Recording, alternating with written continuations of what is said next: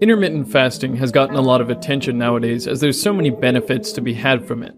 It helps you lose weight, helps you gain muscle, and enhances your cognitive performance. Specifically, it lowers insulin, the fat-storing hormone involved with diabetes. It raises human growth hormone, which does everything from increasing muscle mass to making you look better and live longer. And it promotes the release of brain-derived neurotrophic factor, a key hormone for growing new brain cells. Intermittent fasting is simple. All you do is not eat for 16 hours of the day. But this is a radical idea for most people, considering we're encouraged to be eating all the time, being told things like, breakfast is the most important meal of the day, and you need to eat 6 small meals to lose weight. Unsurprisingly, hunger is the #1 concern when it comes to fasting.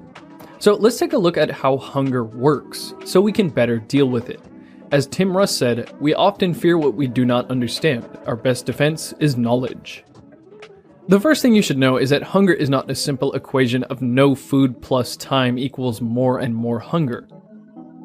In a very thorough series on fasting in his blog called Intensive Dietary Management, Dr. Jason Fung points to a study that shows that while subjects went over 3 days without any food, the hunger hormone ghrelin gradually but continually decreased. He says, this means that patients were far less hungry despite not having eaten for the past 3 days. This jives perfectly with our clinical experience with patients undergoing extended fasting. They all expect to be ravenously hungry, but actually find that their hunger completely disappears. This is because hunger is regulated by hormones like ghrelin and it comes in waves. You do not get progressively hungrier the longer you go without food. Your body adapts to your regular eating schedule. It knows when you usually eat, so it comes to expect food and make you hungry around the same time each day. Here's a study from the Medical University of Vienna done on subjects participating in a 33-hour fast. Despite the early morning being when people have gone the longest without food, ghrelin was the lowest, suggesting that they are the least hungry. And their ghrelin didn't rise more and more the longer they went without food. Ghrelin rose at their normal eating times.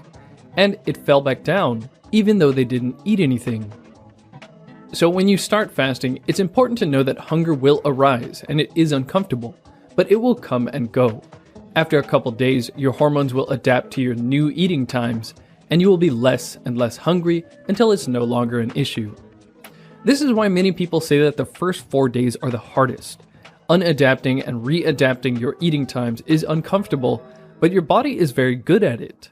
I've been doing intermittent fasting with an eating window of about 2 to 4 hours for the past year, and when I was first experimenting with fasting, I actually tried eating once every other day. To my surprise, after only about 6 days of this, I wasn't that hungry on the no eating day. But like clockwork, I started to get pretty hungry on the eating day right around the usual time I would eat. Another very interesting thing about this hormone ghrelin is that it may be making you hungry in order to get you to take in more salt.